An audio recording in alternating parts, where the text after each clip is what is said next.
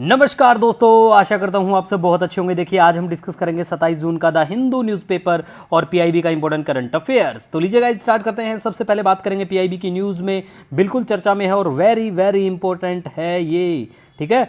क्या है?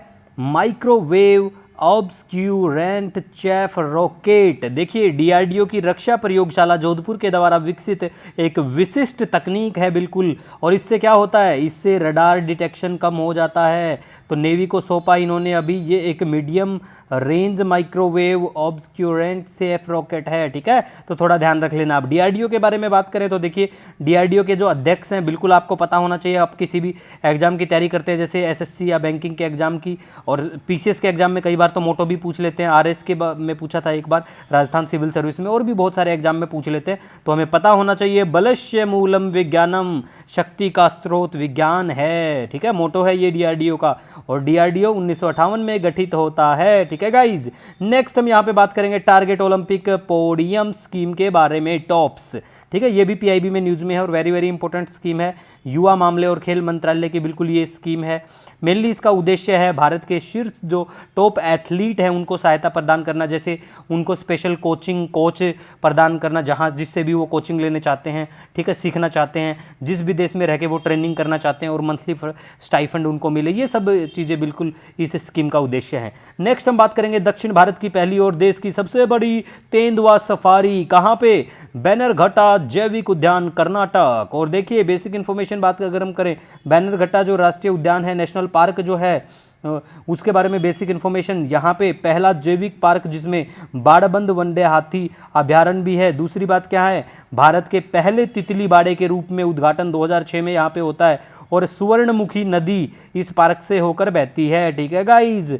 और अगर हम बात करें कि ये भैया है कहाँ पे, तो देखिए अनेकल श्रेणी की, मतलब अनेकल नाम की पहाड़ियाँ हैं वो स्थित हैं इसके पास में, तो ये पता होना चाहिए आपको। और तेंदुआ जो है ना, लियोपर्ड जो है, सर्वाधिक संख्या आपको मध्य प्रदेश में मिलेगी। आयुष्मान के स्टेटस की बात करें, असुरक्षित घोषित हैं। साइट्स की जो प्रिसिस्ट अपेंडिक्स फर्स्ट है उसमें इनको स्थान दिया गया है। और हमारा जो वाइल्ड लाइफ प्रोटेक्शन एक्ट 1972 है उसकी अनुसूची फर्स्ट में इनको रखा गया है। नेक्स्ट हम बात करेंगे अब यहाँ पे नशीली दवाओं के दुरुपयोग और अवैध तस्करी के खिलाफ अंतर्राष्ट्रीय दिवस 26 जून को मनाया जाता है। मुचुकुंद दुबे भारत के शीर्ष राजनयिक, इनका निधन हो जाता है। तो ये कौन से फील्ड से संबंधित है? ये हमारे डिप्लोमेट थे, ठीक है। कोयला खदाने के बारे में बात करें तो देश की फेमस कोयला खदानें जैसे झरिया और बोकारो दोनों झारखंड में है, तालचेर ओडिशा में है, नवेली लिग्नाइट जो है तमिलनाडु में है, सिंगरौली मध्य प्रदेश में है।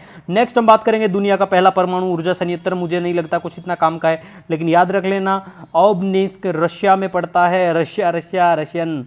कॉफ़ी के बारे में बात करें तो देखिए अच्छी जल निकासी वाली दोमट मिट्टी कॉफ़ी के लिए चाहिए। वृद्धि के लिए गर्म और आर्द्र जलवायु चाहिए। तापमान के बारे में बात करें 15 से 28 डिग्री होना चाहिए। और वर्षा जो है, वर्षा कितनी आनी चाहिए? वर्षा तो जितनी आ जाए उतनी कम है, ठीक है, लेकिन बारिश जो है 150 से 250 सेंटीमीटर होनी चाहिए। और भारत में कॉफ़ी की किस्में के बारे में बात करें, अरेबिका और रोबस्टा।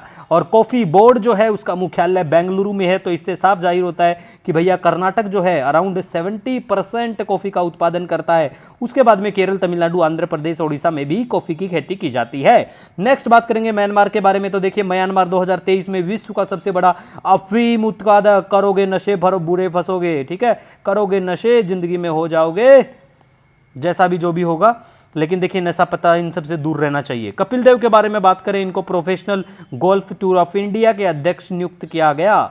मैप लोकेशन की बात करें, गल्फ ऑफ एडन के बारे में मैप में आप बिल्कुल देख पाएंगे गल्फ ऑफ एडन को यहाँ पे। उसके बाद में रेड सी है, रेड सी के आसपास कौन कौन से देश से टच करते हैं रेड सी की बाउंड्री, कमेंट करके जरूर बताना। और जहाँ भारत के लोग बहुत सारे फंसे हुए थे, रिसेंटली चर्चा में था कुवैत, वो यहाँ पे पड़ता है, ठीक है गाइज।